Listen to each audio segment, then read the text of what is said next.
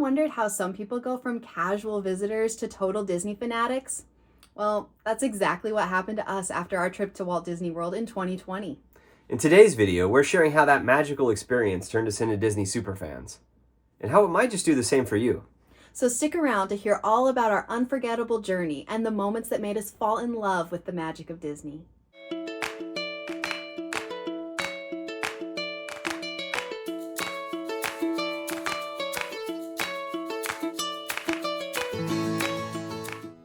Welcome to JustADreamAway, your ultimate destination for all things Disney. If you joined us last time, you'll remember that we discussed planning our February 2020 Disney trip. But why was that trip so life-changing? Well, for starters, it transformed us from casual Disney fans into full-on Disney enthusiasts. It also completely shifted the course of our lives. Dramatic, maybe, but absolutely true. Today, we're going to share the unforgettable moments that turned us from unimpressed to a little bit obsessed. Let's dive in and relive the magic. As a little bit of a recap, Jeremy had never been to Disney World before. I had been twice as a kid, but we had never been together. And our first time was in September of 2017. And it was actually kind of a spur of the moment decision. We were in Florida kind of for other reasons. We were there on vacation and to visit my aunt and uncle that lived nearby. But it was kind of, like I said, just a last minute decision. We were there in Orlando and we kept seeing all the signs for Disney. We were like, should we go? Like, we're already here. We didn't, it's not like we went to Florida a lot. So we were like, maybe we should just, while we're here, we should just check it out. So we talked to my aunt and uncle, and my uncle wanted to come with us as well. So we got some tickets, booked an overnight, and like the next day headed over to Disney, and we spent one Saturday at Magic Kingdom. It was fun, but it was so busy. And like I said, this was so last minute. We did not know anything about Disney. We spent a lot of time waiting in lines. We didn't know about fast passes or that we even had access to that. It was a little bit underwhelming. Yeah, I mean, I grew up going to Cedar Point almost every summer. And if you don't know about Cedar Point, you should look it up. But they have a lot of amazing like thrill roller coaster rides, and so that's what me and my family are all about. And right. I think one of the first rides that we got on, I could be mistaken, when we were at Walt Disney World was Peter Pan's Flight. And I got on that ride and I was like, what is this? Yeah. And you could think, well, what did you expect? Well, I didn't really know, because I didn't know what to expect. And I really just had to kind of manage my expectations, kind of readjust as we went along for the day. So yeah, because like I said, neither one of us was really had Disney on our radar at all. Like, we hadn't looked into it. We hadn't really planned anything at all for it. So we weren't even in the headspace to know okay, this is a family park. There's going to be a lot of slower rides that are kid friendly. Dark rides. Things like that. So it's not going to be the same as you're doing a high-speed roller coaster kind of thing all the time. Well, Disney does have some of that. That's not the main draw, especially at Magic Kingdom. You have more of those family-friendly rides. So, having grown up where I could go to Cedar Point all the time and experience those rides, I just wasn't all that impressed. So fast forwarding a couple years, it was Christmas of 2019, and Jeremy got me a bunch of Disney movies from Disney Movie Club for Christmas. And watching those and kind of reigniting our childhood love of Disney movies really made us think maybe we should give the Disney parks a second chance. So that Christmas break, we started looking online at Disney, trying to book a hotel, trying to figure out when we could go. And if you want more of that story, you can check out our previous video. And we go into all the details of how we planned that trip and how it all came together. So we did end up booking our trip, and we were going to be going at the end of February. February 27th was our first day at Disney. So we arrived in Florida, probably around 9:30. And then by the time we got to our resort, it was probably close to 10. And then we got on a bus, went over to Magic Kingdom, and it was about 10:30 at that point. I think from there we actually headed over to Big Thunder Mountain, and we rode a couple rides over in that area. And then after that, we got something to eat. It was at Pinocchio's Village House, which is actually a really cute little quick service restaurant. We loved the little overlook for the Small World ride. We thought that was just so cool. Does it have like the best food in the parks? No, probably not, but it's a good option and it's a cute environment. So then from there, we went ahead and got on some other rides, eventually on Haunted Mansion and Peter Pan's Flight. And then we actually went to Dumbo, the Flying Elephant, and just kind of went our way around the park. I think that day we really tried to like hit some of the most iconic rides. So for dinner, we had an advanced dining reservation at Tony's Town Square, and we actually really enjoyed that meal. Yeah, and in fact, I know there's a lot of people that don't like that restaurant, and I know menus have changed over the years, but in 2020, when we went there, we had really good food, we had really good service, and we had a great time. Yeah.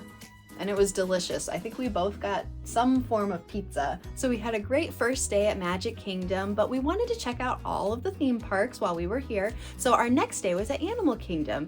And this time, because we were already on property, we rope dropped Animal Kingdom because we wanted to try to get in line for Flight of Passage and minimize that wait that we had. Unfortunately, we were not real successful. Yeah, as we have kind of mentioned in our last video, we didn't really know about fast passes, and by the time we went to book ours, because we had planned our trip within a few months of actually going, the fast passes, for Flight of Passage were already gone. And so, we decided we would go wait in line, and wait we did. We waited for about 3 hours for Flight of Passage. And the whole time we're standing there, like, the queue is amazing. Like, there's so much fun once you stuff get to into look the at. queue. Well, yeah. After waiting 3 hours. Because Right. we were way back Right. at Festival of the Lion Yeah. King is where we started in that line. Yeah, we did. It was a long wait. But once you get up to the more interesting part of the queue, it's very cool. There's so much to look at. But, like, is it really worth 3 hours waiting? Because we had that much time to wait, there was actually a couple in front of us that we kind of became friends with and started talking and learning about some of the other things at the parks. And in fact, they were the ones that told us about Rise of the Resistance, which we'll get into in just a little bit. But anyways, we finally we get up to the queue, or we're in the queue rather, and then we are about to get on the ride, and then we're in the pre-show. The pre-show, room. thank you, yes. And then we go to get on the ride the vehicle. little banshee. Yeah. And totally blew our minds. It was amazing. At how amazing this ride is. Yeah. So we absolutely loved Flight of Passage, and although I don't know that I would wait another 3 hours for it, we would wait for that ride again. Absolutely. But if you don't have to wait, that's better. That's ideal. Yeah. So after we rode Flight of Passage, we went on and did some other rides. We did the Navi River Journey. We did the Safari. We did It's Tough to Be a Bug. We did Festival of the Lion King. We did Expedition Everest. We really tried to hit up all of the attractions here. And then we tried for lunch Satuli Canteen. And we were both blown away with how good this was. Yeah, we really enjoyed the food, and Satuli Canteen is actually in Pandora in the world of Avatar there at Animal Kingdom. But we sat down, enjoyed the ambiance and the atmosphere of the restaurant, and the food was just fantastic. In fact, it's probably one of our favorite quick service / fast food restaurants at Walt Disney World. It's just amazing. I will still to this day randomly be like, man, I really want a Satuli bowl. Can we just go back to Animal Kingdom just to get some Satuli? So if you haven't tried it, we highly recommend it. It's so good. But then we continued on with our day. We rode some more rides, checked out some more fun things, checked out the gift shops. You got to look at all the merch while you're there. And then we did have a dining reservation for dinner at Yak and Yeti. Yeah, and again, because we didn't really know what to expect in our previous video when we talked about planning for this trip, I did the best I could just going through and trying to see what some of the better options were, and honestly, I think it was pretty good. Yeah. It didn't blow us away, but we had some good food, and I remember mine being decent. I enjoyed it. I thought it was tasty. Yeah. So just overall, we really enjoy Animal Kingdom. It's actually one of my favorite parks. I don't know, I really enjoy being there. I love being able to walk the trails and see the animals, because I think we did some of that as well. Yeah. And yeah, it's great, and we're really excited for the upcoming changes they're going to be doing to add all the things to Animal Kingdom, and so that'll be really awesome once those things come about. Other than that, that was, I think, pretty much our day at Animal Kingdom. So our next day was at Hollywood Studios, and again, like we had mentioned, we were talking with this couple the day before while we were in line for Flight of Passage that was giving us some tips about how to get the virtual queue for Rise of the Resistance. And we did actually get in the virtual queue, so I don't remember what our boarding group was or anything, but it was later in the day. So that was kind of okay. We were like, okay, we know we've got this secure for later, so we can just go about the rest of our day and ride some rides, eat some food, and then we'll go and do Rise of the Resistance. So one of the first rides that we did was Tower of Terror, which was actually like, I'm not a big fan of like the drop rides. Yeah. Really, neither one of us are. But the queue for that ride was so cool. Like, I would ride that ride again just to be able to go through the queue and like the pre-show part of it, because it was so fun. And I think after that we did, I know we did Rock and Roller Coaster. We might have done Rock and Roller Coaster a couple times because we actually both really enjoyed that. And pretty much after that, though, I think our boarding group was called. And so we made our way over to Galaxy's Edge.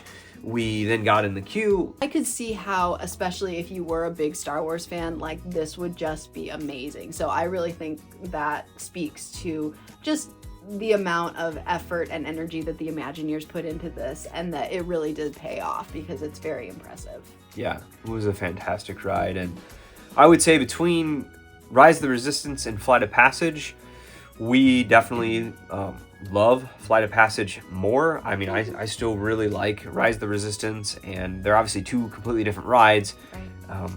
But yeah, it's really hard, in my opinion, for anything to beat Flight of Passage. So you may think otherwise. If you do, please feel free to, write that in the comments and let us know, which do you prefer? Do you prefer Flight of Passage? Do you prefer Rise of the Resistance? Or is there some other ride that you like? So while we were in Galaxy's Edge, we also did Millennium Falcon Smuggler's Run, which was another one that we actually waited quite a long time for. It was. I think it was like an hour and a half or something. It was a pretty long wait, but again, very interesting queue. Great ride, great theming with the land. For sure. It's fantastic. For sure. So while we were at Hollywood Studios, we also checked out Muppet Vision 3D. We also, at some point, did do Star Tours. I think it was on our way back as we were making our way to maybe our advanced dining reservation. But I think along the way after that, we ended up going to the stage show. Oh, right. Yeah, we got to see the Beauty and the Beast stage show, which Beauty and the Beast is my favorite Disney movie. So that was just a wonderful thing. I'm also a theater girl, so it was just, that kind of made my whole day. That was one of the highlights for me. And as he mentioned, we did have an advanced dining reservation, and so we ate dinner at 50's Primetime Cafe, which was so fun. But yeah, we had a great time. It was good food, and after that, I think we might have went to Indiana Jones Stunt Spectacular, and so we got to enjoy that show, and there might have been a few other things that we did, but that was pretty much the end of our day for Hollywood Studios at that point. We were pretty tired at that point because we had that was 3 park days, full park days in a row, that we were feeling it by that point. So we were ready to just go back to the hotel and just rest and get some sleep. So our next day was actually a rest day. We had a couple things that we had planned, but there wasn't anything that we were going to do at the parks. We wanted to have a little bit of a day off, to recharge our batteries, not only literal batteries, but figuratively, we needed to get some recharge times ourselves. Rest our feet a little bit. You do a lot of walking. And then the next day, we actually decided that we were going to go to Epcot. Again, as we said previously, we wanted to check out all 4 parks. So again, the first day was Magic Kingdom, then Animal Kingdom, and then Hollywood Studios. Then we had a rest day, and then now here we are at Epcot. And we actually got to Epcot a little bit later than maybe what we had originally anticipated.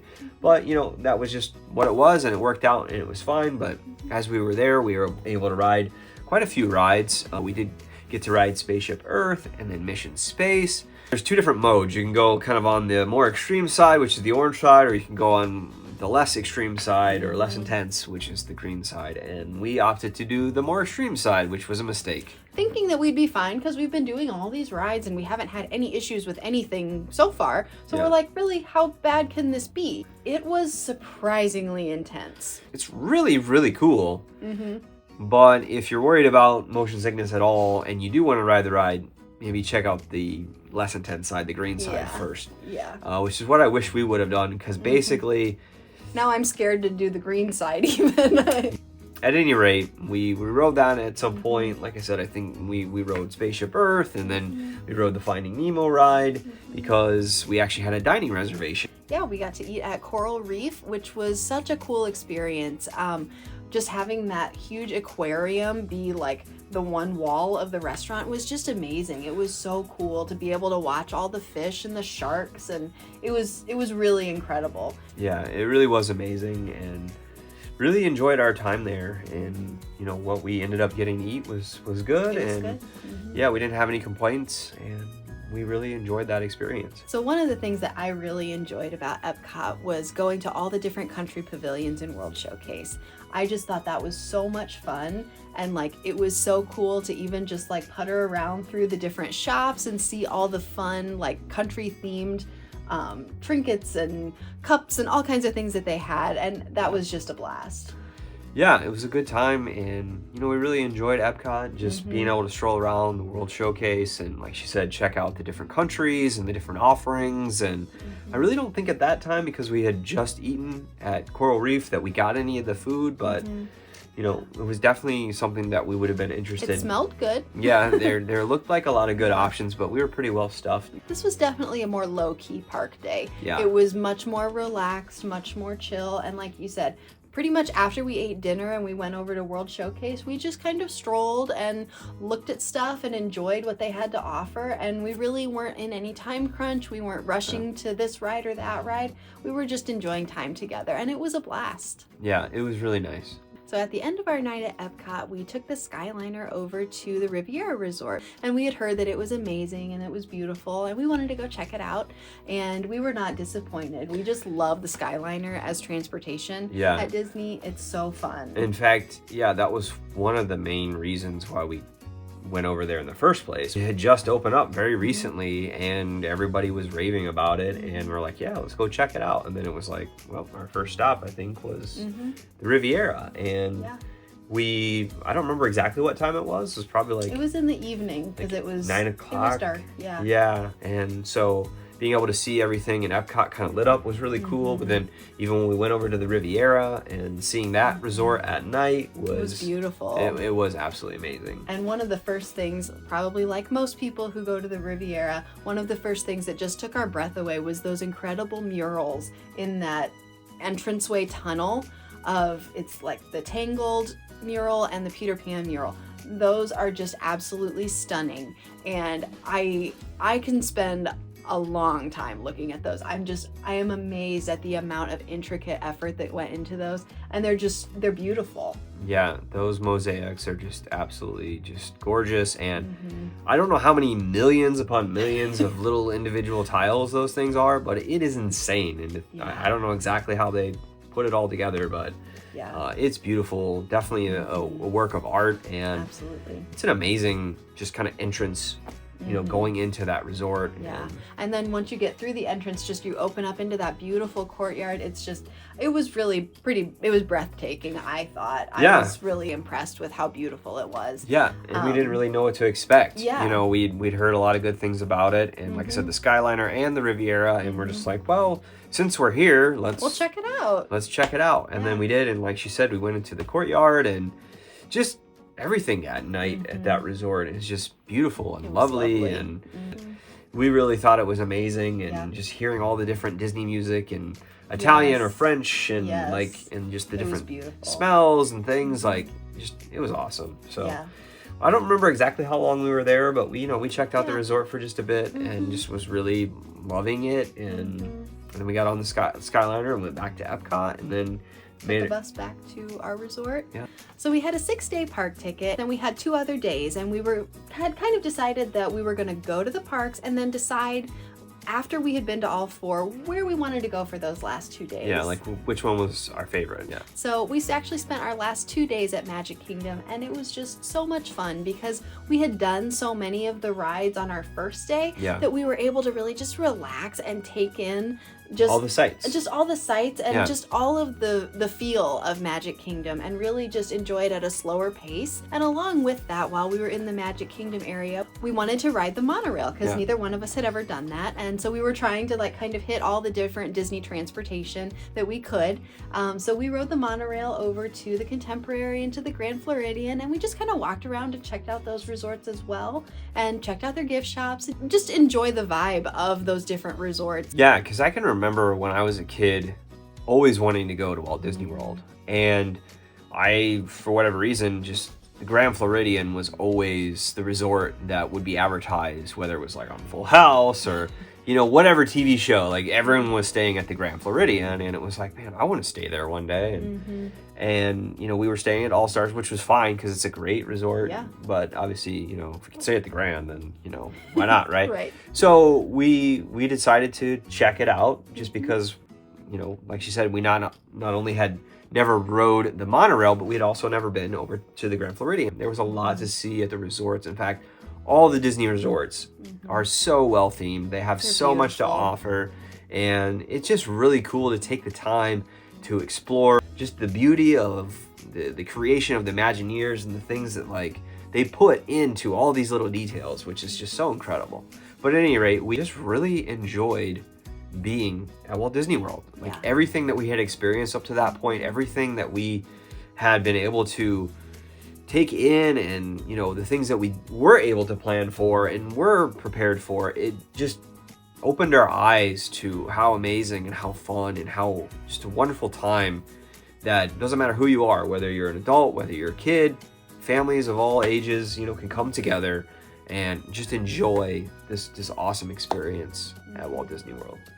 And I think that those last 2 days at Magic Kingdom were really, at least for me, they were pretty pivotal in making me realize that like you don't have to do Disney in that rope drop to close, hit the parks nonstop. You're gonna just go back to your room and crash at the end of the day, but that you can do that. You can totally which do is that. great. But you can also do them differently. Yeah. And you can slow down, and you can just enjoy being in the parks and enjoy that Magic Kingdom or Epcot or Animal Kingdom or Hollywood Studios. Just enjoy the ambiance, enjoy those things that maybe you don't prioritize when you're trying to hit all the rides, but you stop and you listen to the street performers, or you stop and you do the extra shows, or you watch the parades, or you know, different things like that. But you can take the time to really stop and enjoy those, and I just think that that's wonderful. So we told you that this trip changed our lives, but you might be thinking, this sounds like a pretty standard Disney trip. So what was so special about it?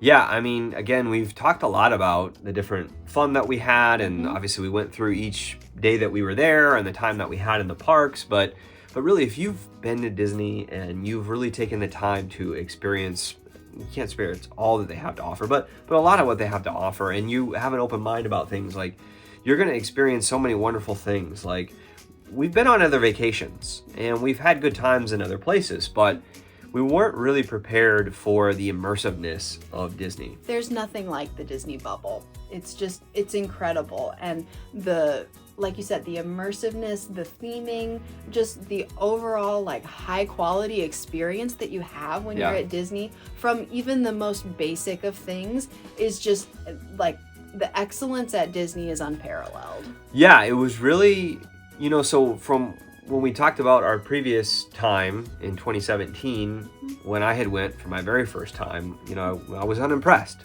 But this time, having now spent a whole week there, I basically was obsessed because, like I said, what we experienced was absolutely incredible.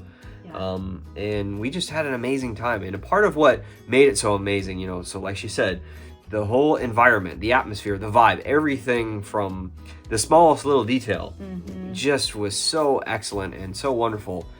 But really, what made it so magical, if we can use that word, and I think we can, you know, Disney people here, right? You know, you get it, right? So what really truly made it magical was the cast members. Absolutely. And I mean, didn't matter who they were. Just about everyone that we interacted with was amazing. They were kind and courteous and helpful and just enthusiastic and excited to be there. It was amazing, and it was so refreshing to see that, because you could tell that like these people truly loved what they were doing. It was such a wonderful thing, because we all know how it feels when you have a customer service type experience that's maybe less than pleasant, you know? And everything we experienced at Disney was the opposite of that. Like if we had any kind of question or any kind of concern, they went above and beyond to not only answer our question, to, you know, point us in the right direction, give us additional information. It was just to make us feel welcome. It was and really, yes, it was just incredible. Yeah, and it was basically every single cast member that we interacted with. It was so consistent. And really, it's pretty incredible to think that cast members can have that kind of joy and that attitude when you think about some of the stuff that they deal with all day, every day, you know, especially the ones that are in the parks. You know, there might be out in the hot sun, or they're dealing with guests who maybe are not the most pleasant, or they're having a difficult situation, or, you know, all kinds of things, but they keep that positive attitude and they keep the magic going for the guests. And it really makes all the difference. And prior to that trip and this experience, you know, we had never really had anything like that before. And it really just kind of blew our minds. But really that was, you know, just kind of part of what made this trip so amazing and why it was so life-changing. Was there was one cast member in particular. His name was Brandon, and this guy was top notch.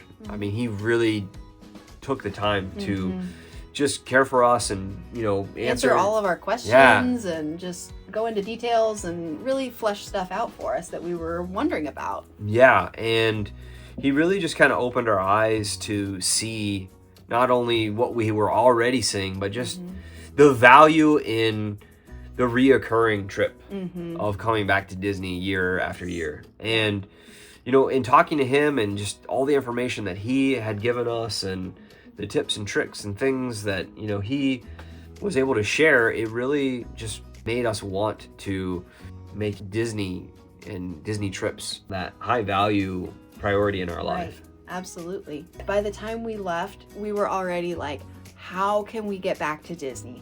When are we planning our next trip? When are we coming back? And we felt like we could not get enough. Yeah, and the other thing with that, we talked about how this trip was life-changing for us.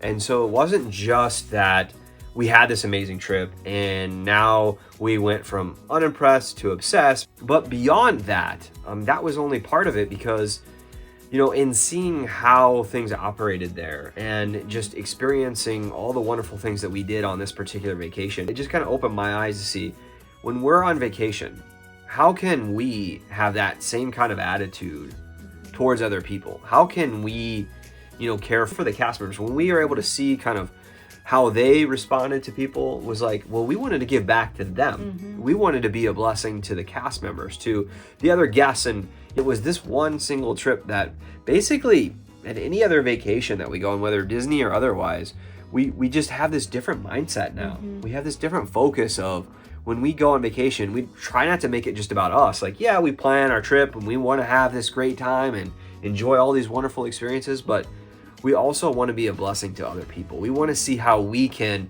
help other people have an amazing time too, whether it's a server at a restaurant or, you know, a person at the hotel that we're checking into, whatever it is, a bus driver, I don't know.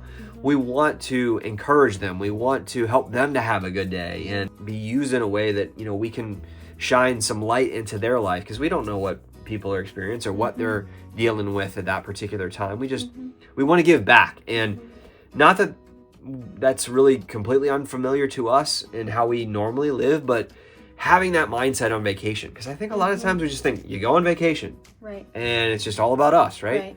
And this trip totally turned that on its head, because we wanted to have the great time, but we also wanted to provide a great time for other people and to help bless and serve them as they had been a blessing to us. Right. And, you know, one of the things that we realized was, we noticed how much it meant to us when the cast members would take just a little extra time to make sure that we understood, you know, if we were asking directions somewhere, to make sure we knew where we were going, things like that, just to go a little above and beyond, that we were like, we want to be able to do that to other people as well. And so something very simple, like, you know, talking to your bus driver when you get on a Disney bus, you know, and say, hey, how are you doing today? Or like, how's your day going? Or, you know, noticing their name tag and calling them by name. You know, it's those little things that can really make a big difference to someone and can really turn somebody's day from, you know, maybe not so good to more pleasant. Yeah, and as we said, you know, these cast members, they work so hard and they put in so much time, and I think so often they can be overlooked. They do so much to care for everyone, to provide such a wonderful experience, and it was just like, yeah, we want to be able to give back. And I think with that, it also like shifted our mindset to like, when you're not thinking only about what you're getting out of your trip, it also makes you a little bit more flexible to roll with things. If something doesn't go exactly the way you want, or if it's not a perfect experience, you don't get quite as ruffled by some of those little hiccups. And, you know, that's such a wonderful point, because yeah, when it's not all about us and we're trying to prioritize how to care for, how to be a blessing, how to be, you know, an encouragement to somebody else, like she said, if things don't go exactly as you planned, it is a lot easier to make adjustments and just kind of realize, you know what, it's okay. We can still have a great time. And 9 times out of 10, when something goes wrong in your plan, the person that you're dealing with directly is probably not responsible for it and really is not the person to take it out on, you know? So just thinking about managing that response too, and like, these people don't deserve to get yelled at because, you know, your lightning lane didn't work. They're not in charge of that. So it could sound like this trip, again, was just pretty normal, but honestly for us, it was completely life-changing, because not only did it change how we wanted to vacation, but it also completely shifted our mindset about how we wanted to be on vacation. And along with that, because we now had this desire to go back to Disney, we were very interested to learn, what are all the Disney hacks? What are all the Disney tips? We really spent a lot of time digging into that. Yeah, and one of the reasons we were able to do that, because as we said, especially in a previous video, this trip almost didn't happen. Right. It was almost canceled. So we got back from our trip. We were all excited and just ramped up and ready to go on our next trip whenever that would happen. And in that time, we needed to do all the research and do all the planning and the preparation and find out all the tips and tricks. And it was just great, because the more we learned, the more we got excited, and we're just looking for those opportunities for wherever it was that we were going to go next to be an encouragement to the people around us. This wasn't like a complete new concept. You know, we try to be kind and courteous to everyone. It's not just, we're not the kind of people that, well, only when we go on vacation, we're going to be kind and nice. No, we try to do that on a regular basis, but even when we go on vacation before, it wasn't like we didn't know that, but we just want to go above and beyond. We want making it more of a priority. Yeah. And having kids now, that's something that we want to instill in them moving forward too, is that we want to model that good behavior. Yeah, that positive attitude, you know, to be an encouragement, and then to try to teach them that, you know, we shouldn't make life, whether it's our normal life at our home and in our community, or whether we're on vacation, everywhere that we go, we need to be kind, we need to be considerate, we need to be courteous, we need to look to how we can be a blessing to others, look to see how we can be an encouragement to those around us, and give back. And I think we can be stuck in this mindset when you go on vacation that it's just all about you and your trip, and it's got to be perfect and this or that, but that's just not what we want to make it. And again, we've had so much fun. And, you know, because of this one trip, as we said in our last video, we have been going back to Disney multiple times now. Like, we keep finding new things to do, new things to experience, and new things that we love about Disney. And it's been such an incredible journey. Yeah. And even the different people that we've met along the way, our friends and family, and helping them learn about Disney and them getting excited about it too. And we've had an opportunity since then to go to Disneyland, and we were actually able to take my mom, which was amazing. And so we've had a lot of good times and a lot of good experiences, and it was all as a result of this one trip. Before, I wasn't really too impressed with it, but now we love it, and we wouldn't do it any differently. No. So another way that this trip changed our lives is that Our desire to go back to Disney and learn all the tips and tricks is really what inspired you to become a travel agent that specializes in Disney vacations. Well, and prior to this, we didn't really do a lot of the planning, but as we've grown in our knowledge and as we've learned all these things, and I've really enjoyed booking these vacations for us. It's fun to be able to help people understand all the ins and outs of Disney, because it's huge and there is a lot to know, there's a lot to discover, and we just want to try to help people learn from our mistakes and to maybe avoid other people's mistakes, and really just try to equip people for maybe what they are likely to experience, and just want them to have the same kind of amazing time that we had enjoying everything that Disney has to offer. So if you'd like help planning your Disney trip, you can reach out to us at contact.justadreamaway@gmail.com.